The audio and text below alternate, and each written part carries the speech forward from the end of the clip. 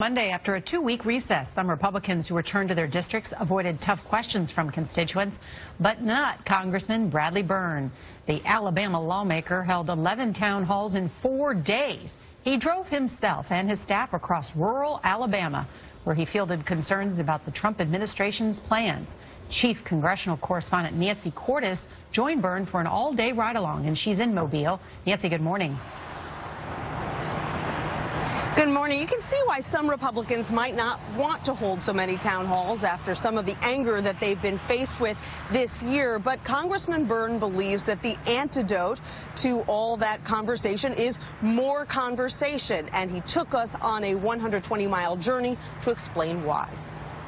Thank you so much for letting us spend the day with you. Bradley Byrne does more town halls than nearly anyone in Congress.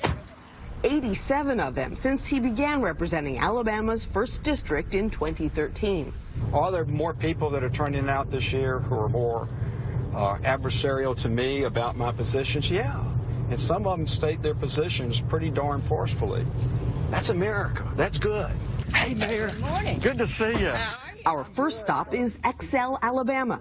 Population 700. Well, this is my 9th town hall this week. The president is a prime topic. Will you promise us that you will steer away from what is a lot of inflammatory rhetoric? Yeah, I'll make that promise. You will? President Trump won Alabama by 28 points, so there are plenty of supporters here, too. The president's trying to get things that everybody wants. Stop is a senior center in Grove Hill, I'm very concerned about the lighting on U.S. Highway 43. where he fields questions about infrastructure, drugs, veterans, and the budget. What are we going to do about this expensive wall? But here and everywhere, really, Don't repeal and replace. health care comes up again and again. But I have heard from a large number of people in my district that they have been hurt by the Affordable Care Act. Good to see you.